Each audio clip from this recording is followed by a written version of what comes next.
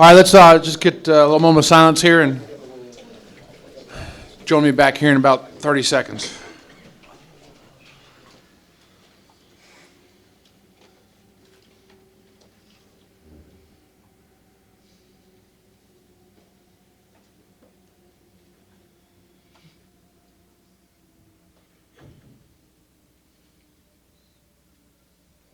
Amen.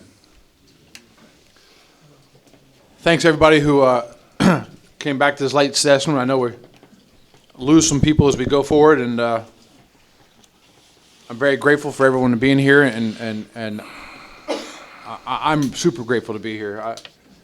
I love this stuff that we get to do together. I desperately need the men of Alcoholics Anonymous. I can't get enough of it. I wanted to talk briefly about 6 and 7 since Scott just glazed over them. One of my favorite analogies, and Scott shares in his love meditation about this golden umbilical cord. He doesn't call it umbilical cord, but that's how I see it, a golden umbilical cord from God to me, right? And it hits me right beneath the belt, right where my soul is, I think. And the power flows one way. And my first sponsor had the same type of meditation that he did. And I really get that. And about, I don't know how many years ago now, many years ago, 18 years ago, my wife had our second child. We're at the delivery room, and everything's going great. It's my first child, her second child. And, she's sitting there. She's got all the stickers on her. The monitor's going. Everything's cool. And they're monitoring the baby's heartbeat, and all of a sudden the baby's heartbeat flatlines. Beep. We've all seen that, like on ER, right? And things got very exciting in the delivery room when that happens. The doctor comes rushing in, nurses rushing in, all these people rushing in, and they're getting ready to do this crash C-section on my wife because the baby's heartbeat has stopped. And this old school delivery nurse got my wife, and she's like, hold on. She's telling the doctor what to do. The doctor's like getting ready to call for, scalpel and all that stuff. And I'm just in the corner like a scared deer. And this old school delivery nurse gets a hold of my wife, and she says, roll over on all fours and put your left hand out here and put your right leg out there. And it was like pregnant Twister. And after a really long minute, the baby's heartbeat came back. Baby was delivered fine. She's beautiful. She's down in college right now. And a couple hours later, I grabbed the delivery nurse and I said, what in the hell happened in there? And she said, sometimes before the baby comes out, they get so scared, they squeeze their own umbilical cord so hard that they stop their own heartbeat. And so she'd gotten my wife to move around, and the baby let go of the umbilical cord. And that's what I do in Alcoholics Anonymous, right? I've got this umbilical cord from God to me. This power flows one way. It's not a two-way switch. It's just one way. And for me, this 6 and 7 is this repeated practice of letting go of the umbilical cord. I will squeeze that umbilical cord with, fear, lust, self, anger, fill in the blanks, because self is insatiable to me. It can never get enough. And what scares me, because I did it, and I heard this guy share it in a meeting about a year ago, and I literally wanted to move the next seat over after hearing this guy share it. He said, my sponsor will not let me go on to my amends until I get my character defects under control. He wasn't an avid reader of the book. I don't remove those. I don't have the power to remove my character defects. And God does not. I wanted God to remove the character defects that were blocking me from a mansion and a Mercedes. Like the character defects that really get me. Like when I get to work a little bit late, leave a little bit early, take a long lunch, and wonder why I'm not making a killing at work. And so I want that character defect removed. I want to stop being lazy. I want to be a go-getter. That's a character defect. I'm sure God can use that, but that wasn't the biggest priority on His list, right? God will remove the character defects that are blocking us from our usefulness to Him and others, not what I want. And leading into step 8, and so for me, 7 is just another level of surrender. The third step surrender of after 1 and 2, it's like, okay, I get it. I have no power. My conception of God's been wrong, and I'm done. And then we go into 4 and 5 and learn some more detail about ourselves, and 6 and 7 is the same deal. It's like, all right, this is the next level of surrender, more detailed surrender. Back when I got, in the late 80s, early 90s, there was this kind of myth that was going around, like, don't do your 4-step too soon. You might get drunk, Like, there might be something on there you didn't know, right? And I get what they're saying, like, it was kind of a psychobabble thing. And I haven't heard that much anymore, but because nowadays, being the narcissistic, selfie, Facebook, paste on my page type of thing, we love talking about ourselves. I mean, I don't see guys I sponsor that as reluctant to do the 4-step as I was. I mean, I was terrified of it. Now the guys love talking about themselves, showing up with 300 pages and stuff like that. And we can't get enough of ourselves, right? I mean, we send each other pictures of the burger we just got, right? I mean, no one cares. I've never Facebooked, tweeted, MySpaced, Insta, whatever.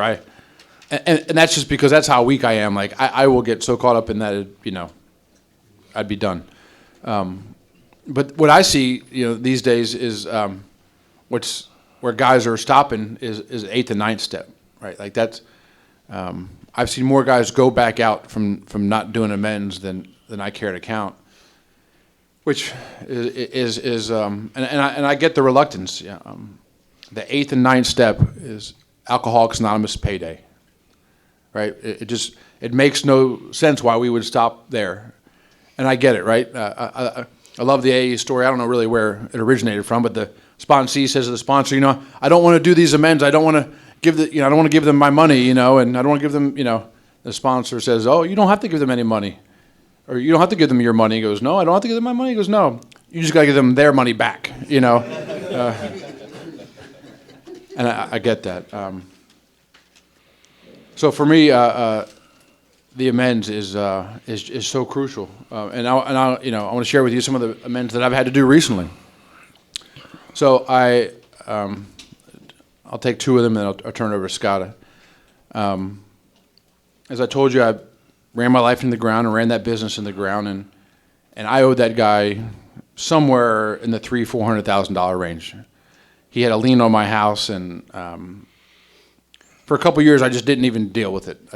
I had no money. I mean, I went from making 200 plus to like 50. So I was like, oh, I can't deal with that. There's nothing to deal with. Just trying to rebuild my life and pay for my kids to eat.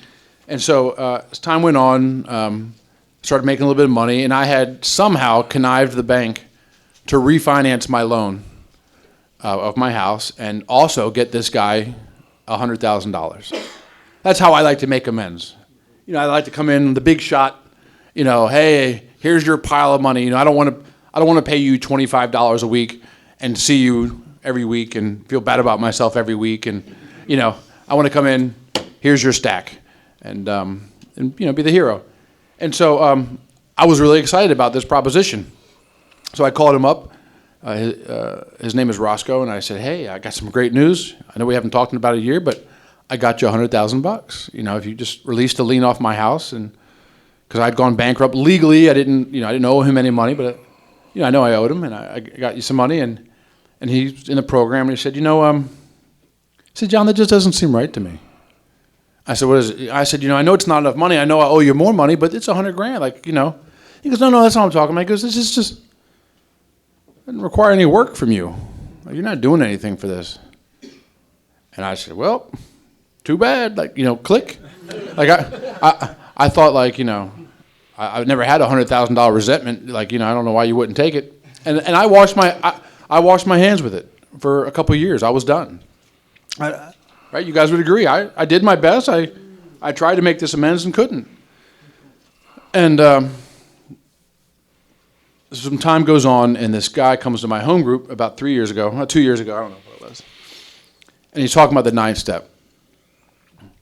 And he's dressing me down. I'm in the front row. I mean, he's not talking to me, but he's dressing me down. When a guy takes your inventory in the meeting? Anybody, right? I mean, I'm buck naked in the meeting. Everyone's looking at me. I'm buck naked, and they're all laughing at me because of this amends that needs to be made. And he talks about just doing the best he can with what he has and paying what he can. And I don't even need to call my sponsor. I know what I have to do. This is exactly what happened. I go home the next day. I mail this guy a check for not a lot of money. I mean, it was a lot of money, but not proportionally. It wasn't a lot of money. I mailed him a check for $500. I said, "Hey man, this is way too little. This is way too late. I'm going to continue every month to send you the most I can." Right? My job is to be willing, not to, that's my job is to be willing. Next month I do it again. Next month I do it again. Next month I send a little more. The guy sends me a text. "Hey, if you can come up with $25,000, I'll take the lien off your house." A year ago he turned down 100. I got 3 kids in college. I don't have 25 grand laying around. I'm in the printing business. That month, this is exactly a true story, and I'm not being braggadocious. I'm bragging on God's spiritual math, right? Because in making amends, 1 + 1 does not equal 2. That month, I had the greatest sales month I had ever had selling printing. Guess how much extra I made that month? 25 grand. I swear to God that's true. And the beauty of it is I went to him and we paid him, and this guy told me he loved me. He told me he'd go into business with me again. He told me he trusted me. And the beauty of it was that I knew that wasn't the right amount of money. Like, my instincts was to give him 25 and run, right? And we came up with another deal to make more payments and to work on the rest of it. And they all haven't gone that well, right? The other amends I've had in the last year is so when my wife's mother died, her brother did not act very well. He'd been an absentee brother and didn't act the way I think he should act. And one day he and my wife were going at it, and he really was abusive to my wife, long story short. And I lost it. This was just last year. This was last spring. I lost it. Called him everything in the book. "You're a piece of this. You got no right to do this. You got no right to ask anything. You've been absent for 10 years. The body's not cold yet, and you want to know where your money is. You're dead to me. Don't contact my wife. If you want any information, send a lawyer." The whole bit. I mean, I just freaking out, just seeing red. No one had ever been had upset my wife like that, and I lost it. And it took me a long time to go to make the amends because I was right. Everything I said to this guy was right. The way that he acted was incorrect. What he had, the whole bit. I took his inventory. Of course, the way that I delivered it wasn't correct, and that was the deal. And so I called him. I was at this little men's weekend in Arkansas last year, and it was just killing me. And talking to a bunch of guys about it. And by the time I got to the airport, I called him up and I said, "Hey, Brandon, John Edmonds, I need to talk to you." And he says, "Oh, go F yourself." Click. And so not all amends go perfectly, and this is it's been a disaster. And what I came to realize after that was, not so much I went off on this guy, but the principle that I had really violated was, as I've told you, the world and its people have given me such mercy and such forgiveness. What I did was I made it harder for him to get forgiveness and mercy from his sister and from his family. I made it that much harder. I put one more boulder in the way, because now I'm the problem. And so it's been very difficult for the entire family, and it's something I've had to live with. So not all amends go as smoothly as you like. I love what one of our friends says. You can put all the amends into 4 columns. You got the first column of "I'm willing and able to do." I owe you $5. I'm ready to give you the $5. I'm going to do it. And then there's the column of the amends that I am willing to do. Right? I owe you $1 million, but I don't have the $1 million. But when I get it, I'm going to give it to you. And then there's the ones that I'm able to do in column 3. I'm able to do them. I have the money, but I'm not willing. Right? And then there's the "I'm not willing" and the "I'm not able" column. And if we just handle the ones in column 1, I'm willing and I'm able to do them, God mysteriously rearranges the entire universe to slide them over. And that's been my experience. I have seen doing this work with men, just in the story I gave you, and thousands like that. Amends that could not be made, get made. And to me, it's AA's payday. Scott Lee, alcoholic. Scott. Thanks, John. A couple of pieces. I want you to know that we have permission to tell the stories that we tell. A couple of amends stories, a couple of my absolute favorites. This guy in like the third grade, plus or minus one, grabs another kid's stocking cap on the schoolyard one fall afternoon. No one's looking, just all of a sudden the hat's gone. When nobody's looking, he flings it up in a tree and it disappears. Biggest thing in the school, what happened to the hat? The hat's gone, no hat. 40 years later, this guy gets sober, and that kid that he stole the hat from was from a poor family, and he went through that winter without a hat. That school is no longer there. We don't know the kid's first or last name. Clearly, there's no way to make amends. Don't you ever believe it. He and I sit prayerfully a couple of times, and today all the kids at the orphanage have a Tennessee Titans stocking cap. My sponsee got free. Don't doubt the power. I'm talking about a very creative God. Another principle is if you want God to be real in your life, maybe you ought to treat him like he's real. And this is a story from our friend Wall Street Dan, who was a vice president for a major brokerage firm. On Black Thursday, whatever it was, in '87, he lost $10 million that day. Kind of a bad day. And he gets sober. He's living in the back of a borrowed car. He's just moved out of the borrowed car into a small apartment, and he gets his voicemail one time, and it says, "Hi, this is Agent Smith from the Internal Revenue Service. You have an appointment in my office at 110 Spring Street next Friday morning at 10 o'clock. If that's in conflict with your schedule, I'd like to suggest that you change your schedule." They hit him with a bill for $167,000. He's been living in a borrowed car. He's a little bit short on 100. And what to do? And the answer is treat God like he's real. And I asked him to do that. So he gets up the morning. He gets dressed. He invites God to go with him. He holds the door for God to go out. He goes to his car. He opens this passenger door, moves the garbage, asks God to get in. Get where he's going, walk around the car. Please come with me. He said, he walked into the agent's office, and there were 2 chairs on his side of the desk. And he knew he was going to win. A couple of months later, when the dust settled, they wrote him a check for $1,200. Astonishing thing. I had one. I have to be very careful, but there was a fella who, you know what? I think I'm not even going to tell that. We're too close. Don't trust the power. Don't doubt the power. I'm going to talk about the worst thing I've done in my life. If you've done what I'm about to talk about and you're okay with it, I'm okay with it. I'm not here to indict you, but I have to share my experience. And as a young man, I paid for an abortion, and that's what I was thinking about that night when I was laying in that treatment center, and my soul screamed for forgiveness and got it. Man, I get to step 8. I owe amends to an unborn child, and I don't think it can be done. This is page 83. Some people cannot be seen. We send them an honest letter. As we talked earlier about step 4 not being about writing, but about observations and prayers, my experience is that this letter is not about writing, it is about tears. I've been doing this one in public for over 20 years. I've worked with an awful lot of us, whether it's an unborn child, a grandparent, somebody that's gone to the other side. And my experience in it is the writing of this letter is not the magic. It is the tears that come with the writing.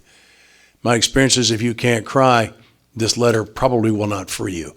And that's why if you picked up the thing on crying, if you turned it over, my experience on some real minute detail on how to write that letter is on the other side. That's a lot of years of experience you're looking at. My email address is on the back side of that thing. If you have questions or want to comment on that, I will respond, I promise you. And what happened for me is I went through that process and I got free. Do you see the freedom on me? Yeah, I'm sitting here talking to you about the worst thing I've ever done. My demeanor did not change. Talking about a new freedom, well, that's what it looks like. That's what happens to us. Who here has ever had the experience of somebody handing you a CD that changed your life? Has anybody had that one? Okay. Well, I'd like to thank John for coming here to record this for us this weekend. And if the CDs have touched you, then you might want to think about purchasing something. If you want to, and I'll put in a plug for him, if you want a copy of this weekend, if you can tell him today, it will make his job easier tomorrow. But I always get something from the guy recording the conferences, even if it's not for me, it's for somebody else. It's just a little way for me to give back, and I think it's an important thing. In the making of amends, I don't allow the guys that I sponsor to use the word sorry. We wore that out. Nobody believes sorry anymore. I was wrong. I believe that I've harmed you, are much better ways to go. And I'd like to note that your mother probably does not need to hear your fifth step. I wasn't as good a son to you as I could have been, and I know I broke your heart a couple of times, and I'm living a different life now. I'd like to repair the damage. Can you tell me how? I think it's enough. One of the trickiest ones, and it was interesting, John and I were privileged to do a weekend similar to this one in Calgary just a couple of months ago. And we were given a gift by a women's table. It was sitting there. And the question is how to make amends to, I'm going to do the best I can with this, how to make amends to a lady whose charms I've availed myself of lightly and not make her feel cheap. And the answer is, first, that I have a woman from my home group contact her, because I don't want her husband or some guy to have to answer the question, who was that guy on the phone? So we don't allow that to happen. And a woman from my home group calls her and says, this is my name. I have this friend who's now in recovery in AA. He believes he's harmed you. He'd like to make amends. Are you willing for him to do so? And if so, how? So we get all of those pieces in place. And then what I say is, I disrespected you. And I believe I've done some harm. Can you tell me how to repair that damage? Whew. That's enough. Amends is not a lecture course. If I talk long enough making amends, I will throw in an excuse. And as soon as I throw in the excuse, it takes all the power away for the other person. Really important to leave that stuff alone. Go ahead. That one light you up? No? And what's your name? That's good you got? This is a gift from my beloved. This is done at a very different time. She calls it good amends. I'm aware pretty much, with the sponsor's help, of the damage that I did, sins of commission, things I did that harmed you. The thing I don't get is my sins of omission. And to go back and thank the people that deserve to be thanked. And I went back and thanked my major professor in college. I went back and thanked my first instructor pilot, who worked me like a borrowed mule. I swear, nothing I ever did was good enough for him, because he saw talent in me. And what he did for me in my first 30 hours of flying set up my entire Air Force career. I was at the top of everything I did because of what that one man did for me in 30 hours of flying time. I was able to go back and tell him that.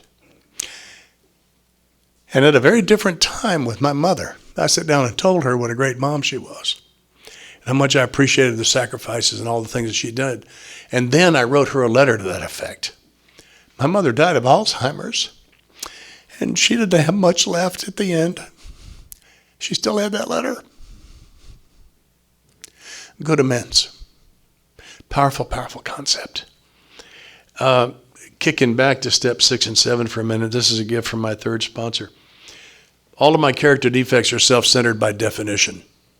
And self can't push self out of the center. If it could, it would leave a vacuum. So the answer to my character defects is not for me to work on them. That's a classic example of me living in the problem.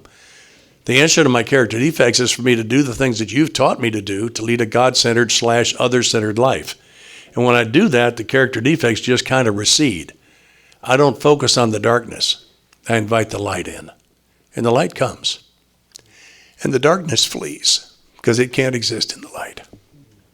Step 6 and 7, very simply. It all has to do with self. Always self.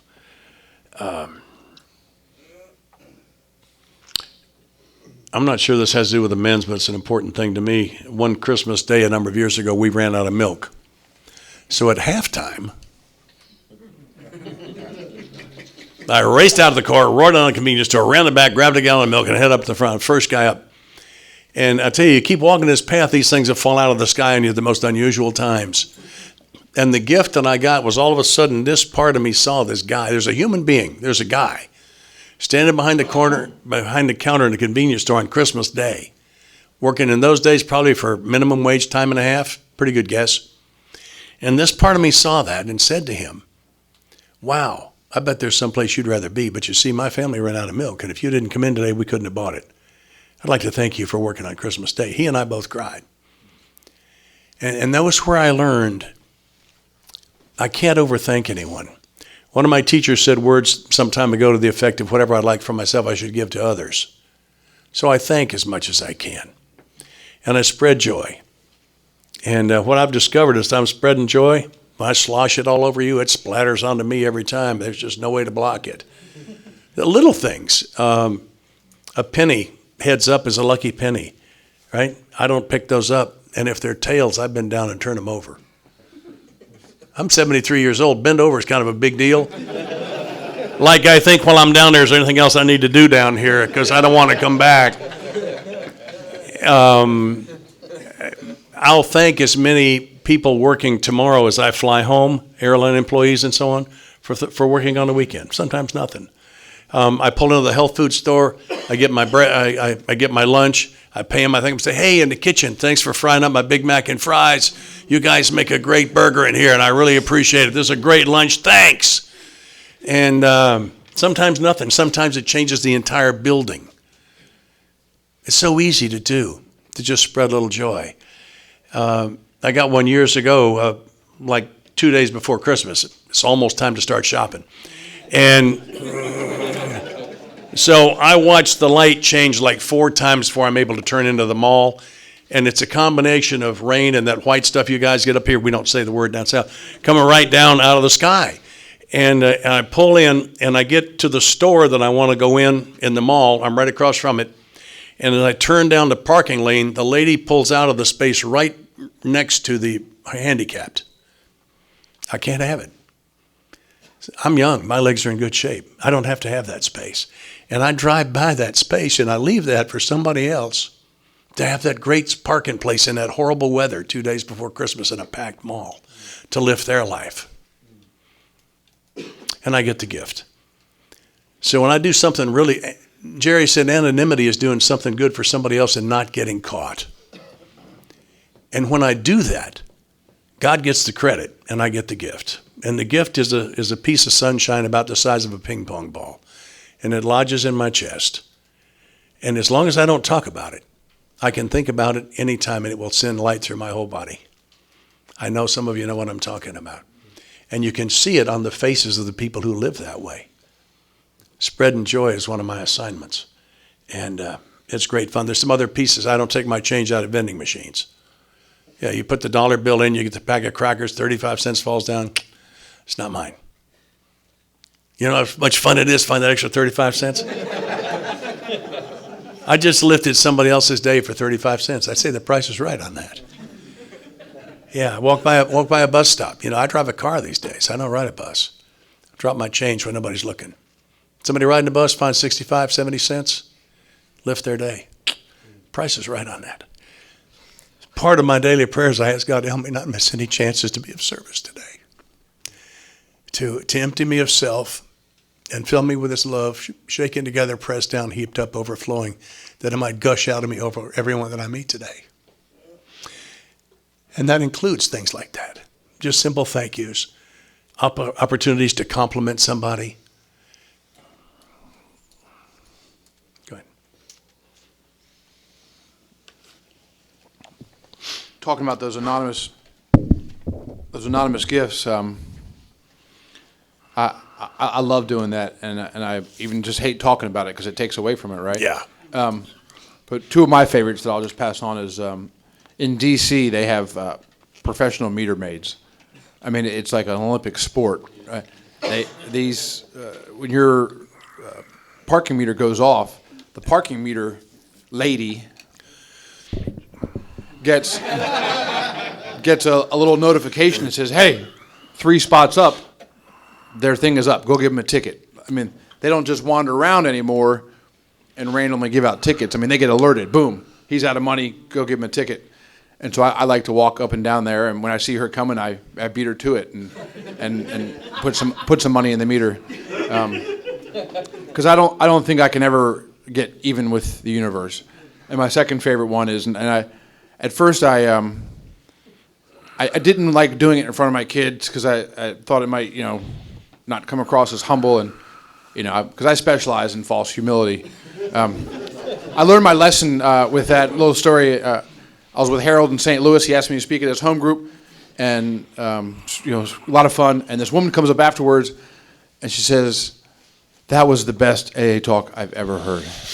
And in all the false humility I can muster, I say, "Oh, this must be your first meeting." She says, "No, my second." And then I thought, I beat the other guy. But the one I do with my kids is when we're in the Chick-fil-A line, I look behind, and if I see, anyone that's, looks like they're struggling, they got an old beater, 16 kids crying, I pay for the meal behind me. And they don't have the ability to thank me, which is awesome, And at first I didn't do that with my kids in the car, and then I started doing it with my kids in the car so they could see that, right? And taught my kids how to give. A couple weeks ago, my wife celebrated, and just kind of talking about what this does to children and what raising kids in AA does is incredible. I've got these incredible kids. My oldest daughter, I think, has been on more 12-step calls than most people in AA these days. She's an incredible young woman. She works at a special needs school, and I was really none of our kids have ever been at a meeting when her mother or I told our stories. We just, they don't need to know everything. And, after having, done a couple of these, there have been some CDs laying around, and they heard this other guy that I sponsor, and they said, "Hey, how'd you meet my dad?" And he's like, "Oh, well, I heard him talk on the internet." And so I figured sooner or later, my kids were like, "Hey, let's listen to Dad on the internet." And so my wife was celebrating 25 years, and she wasn't sure if she wanted me to speak because she wanted my daughter to be there. And what I'm getting at is I was not very comfortable with that, because they didn't know what happened to our marriage, 9 years ago. They just knew that, like, the stuff was hitting the fan. And but she invited her, and I said, she's 25 years old, let's do it. And the night before, I was so nervous. I said, her name is Brenna. I said, "Hey, baby, I hear you're coming to the meeting tomorrow." Kind of really half open. She goes, "No, I'm not coming." And she says, "Yeah, I'm coming." And she said, "Are you worried about?" She said, "I don't want to come if it's going to affect the message you carry." She said, "I don't want to rob anybody from hearing something, because you're thinking about me in the room." She said, "So I'm willing to stay home, but and that's what Alcoholics Anonymous has done in my life and in my family, my kids' life is they've become, they've learned to be other-centered, right? They know it's not about them, and that doesn't happen without going through all of these steps, and everything being God's. My kids are God's. I thought they were mine. I had little tags on them, like sheep out there with a little 374 tag, and that's just not how it is. Did you want to talk about 10 before we? No, you go ahead. We talked a lot about 10 and 11 in the question and answer period. 10 in the book. I want to read my favorite question or sentence in there that we all know.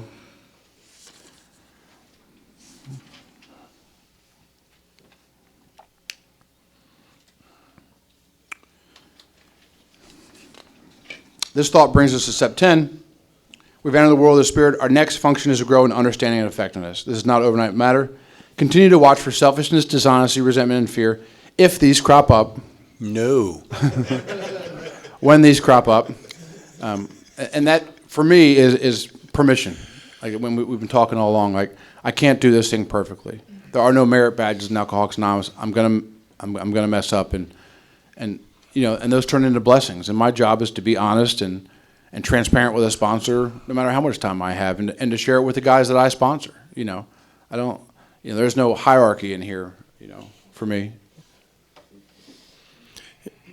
I'll talk a little bit about step 10, and for me, I differentiate between 10 and 11. This is my own perspective. Step 10 uses the word continue 4 times in the first paragraph. So step 10 is about me being present in my own life moment by moment. And it says that we make amends promptly. Well, if I don't search for the mistake I made at 7 this morning until 11 tonight, promptly is already off the table. So I distinguish it, and whatever you're doing suits me fine. And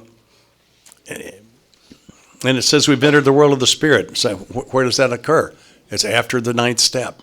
So you're wondering when that happens? That's what it looks like. It says it's easy to let up on the spiritual program of action and rest on our laurels. The concept of laurels comes from either ancient Greece or Rome, and I think it's Greece, where the guy would run the 100 meters and win, or the discus or whatever. Laurel was a vine. They weave it into a wreath, and he would wear it on his head as a symbol of his victory. So if I'm resting on my laurels, guess where my head is? Come on, you can guess. There you go. There you go. So we're headed for trouble if we do. If alcohol's a subtle foe, we're not cured. Daily reprieve. A reprieve is a stay of execution. It reminds me I'm under death sentence. Contingent on the maintenance of a spiritual condition. Not contingent on my spiritual condition, but on the maintenance of it. We already talked about that. And then it says every day is the day when we must carry the vision of God's will into all of our activities. Every day. I don't get any days off. Must carry the vision, the best I can see, of God's will, what would He have me do next, into all of my activities. I can't find any holes in that. So step 10 for me, there's a slogan that applies, and the slogan is easy does it. Run a Mach 2, I don't notice when I screw up. So I've got to slow down so I can be present in my own life. And to me, that's what step 10 is about, which differentiates from the evening portion of step 11. It's just my own take on it. I got a couple of other lesson things that I want to cover, unless you got something.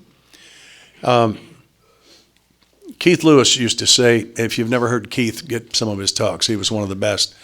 That we all have gifts, and we have to bring them to AA and give them freely. If we don't, we have to go out there and die.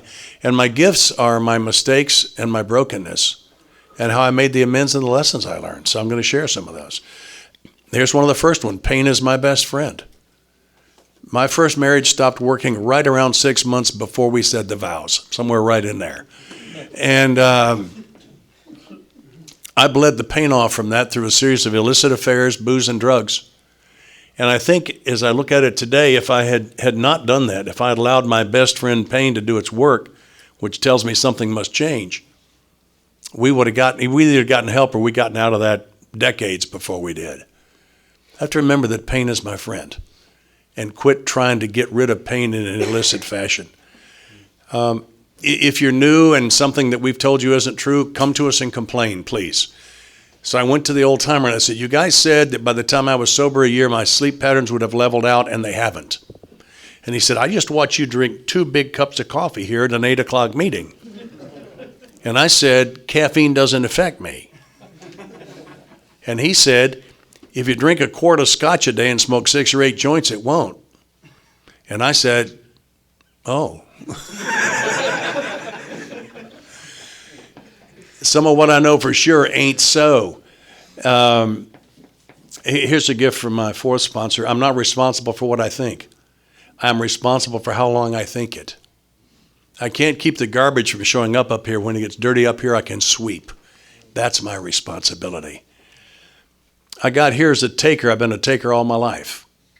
And I thought I was going to have to transition from taker to giver. And I don't think that's possible. And the reason is because the taker doesn't have anything.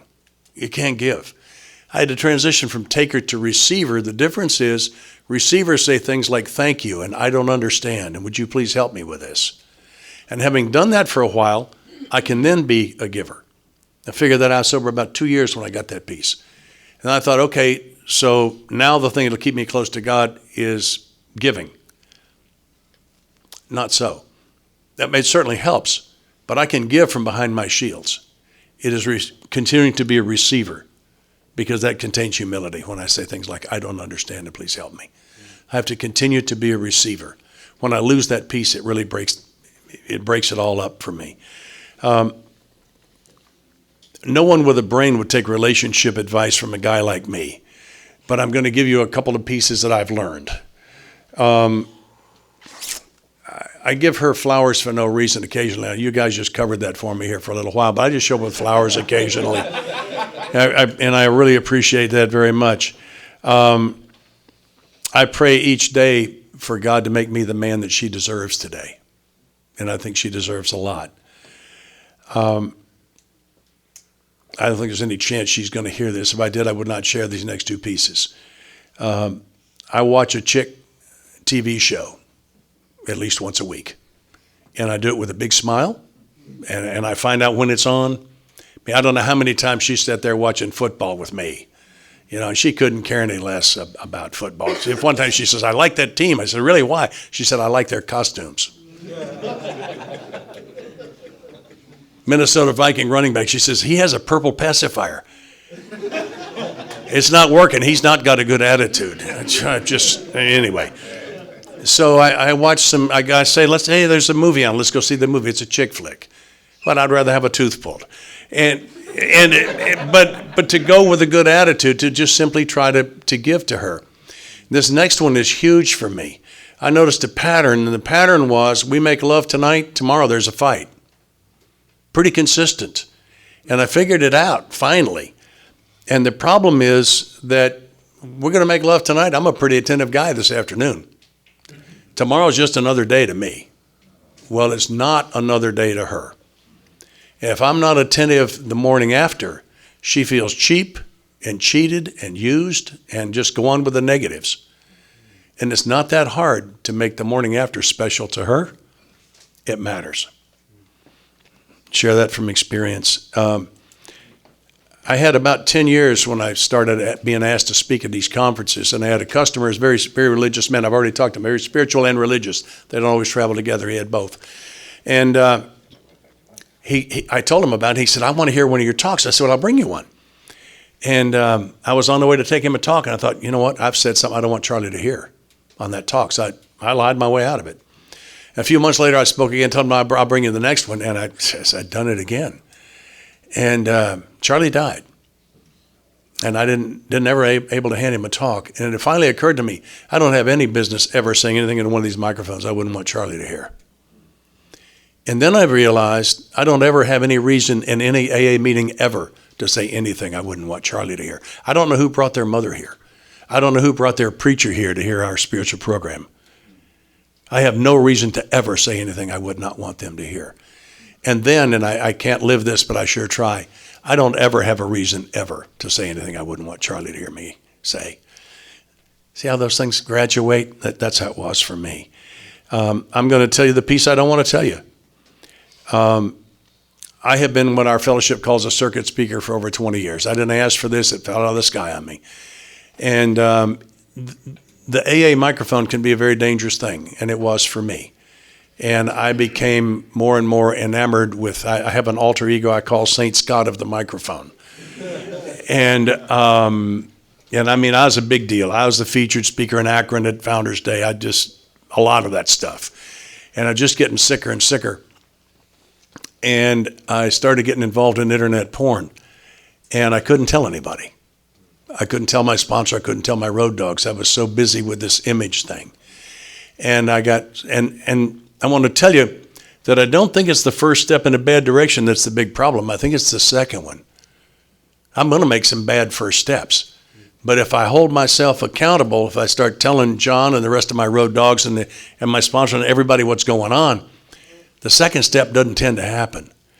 And I kept it secret and for some time, and then eventually a young lady made a suggestion to me that I bit for, and I violated my marriage vows, and I burned my life completely to the ground.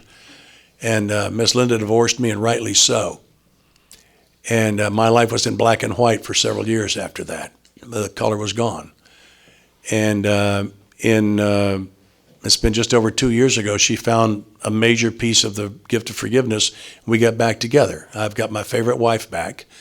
And only in AA do we think that's funny. And I say we're the victims of a failed divorce. And I have to be really, really careful to continue to honor this, because some of these dark sides still call to me. And I'm capable of making those first couple of steps in a bad direction again. I got to be really careful with it. The dark side calls me. And I've absolutely got to be honest with all of you guys about what's going on with me. Because that's how I fit myself to be of maximum service, is to tell you about my mistakes.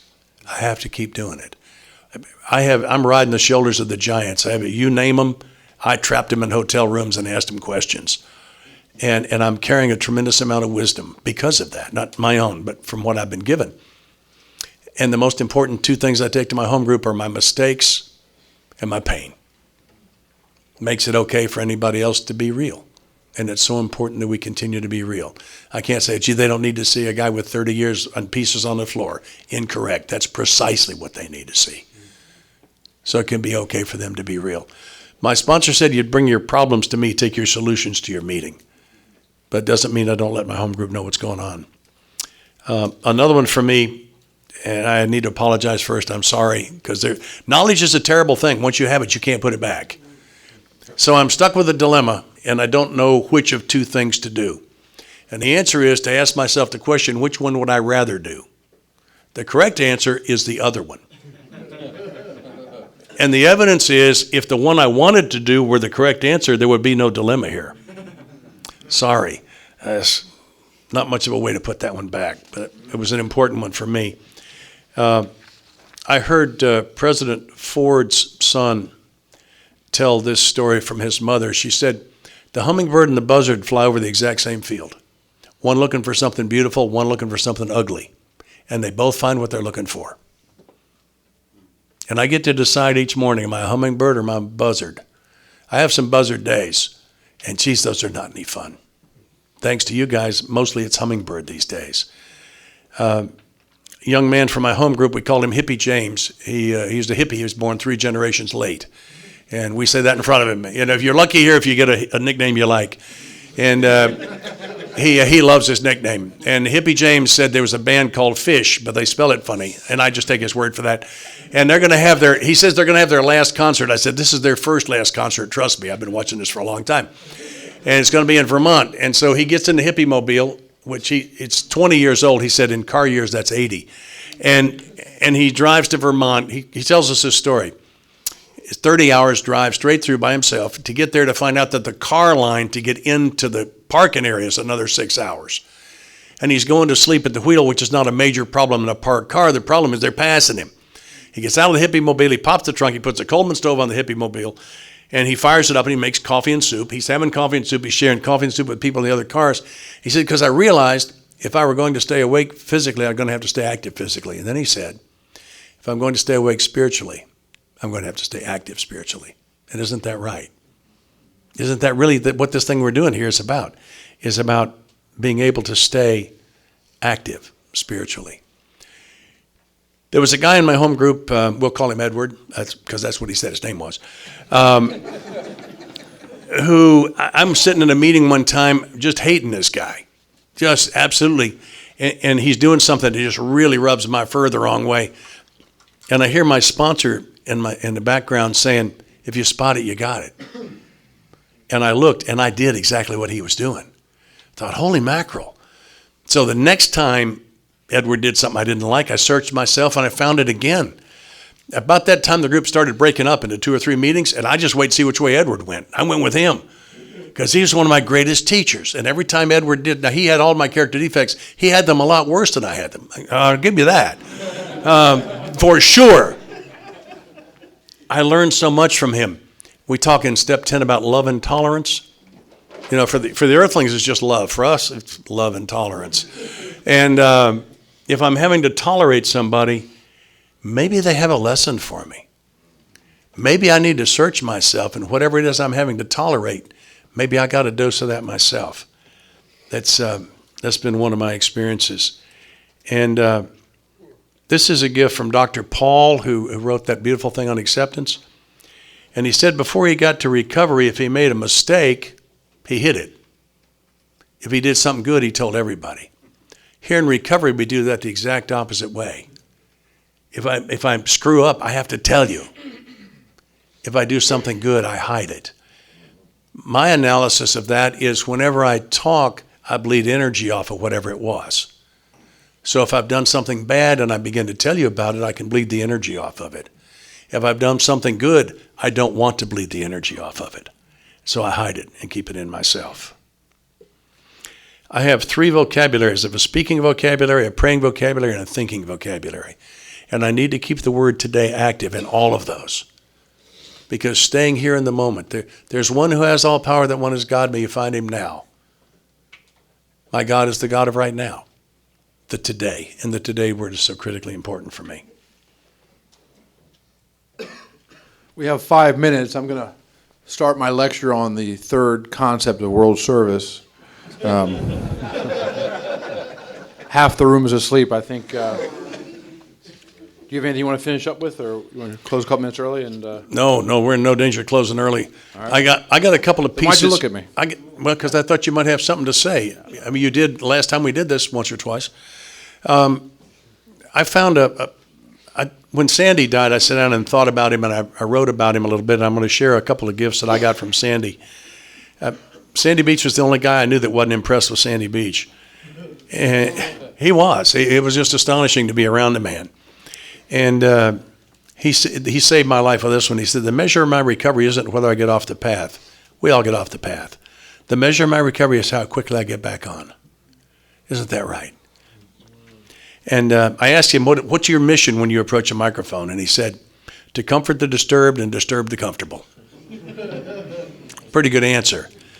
And he said, I can tell you how to never again be upset because you didn't get your own way.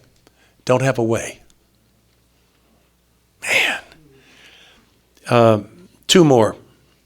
He said, Thursday is drive any way you want day. Everybody on planet Earth can drive any way they want to on Thursday, and I won't get upset with them. Well, I don't believe him on that. Sandy was letting everybody drive every day the way they wanted to. He just brought it down to a bite size of Thursday so a guy like me could try it. And I think maybe my all-time favorite, he said, I've decided to give 6 people a pass today. The first 6 people that screw up in front of me get a pass, free pass, just for today. Credibility problem again. I suspect Sandy gave everybody a free pass every day. And in freeing them, he freed himself. Thank you. You want to whisper it? Sure. Let's sit quietly in his presence, and then, if you will, very slowly, that would be slowly, whisper the Lord's Prayer and have a few moments of silence after.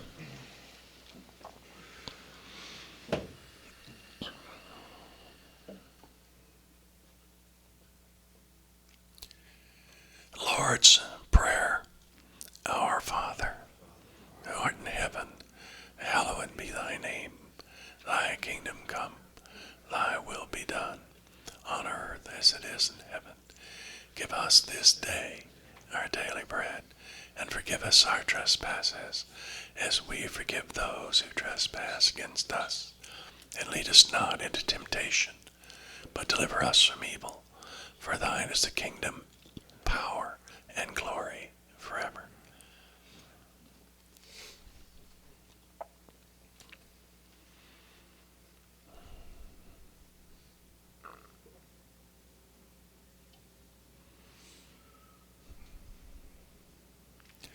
God bless us all. Thank you. We'll see you at 5 at where are we going to, Tom? 5th floor? 5.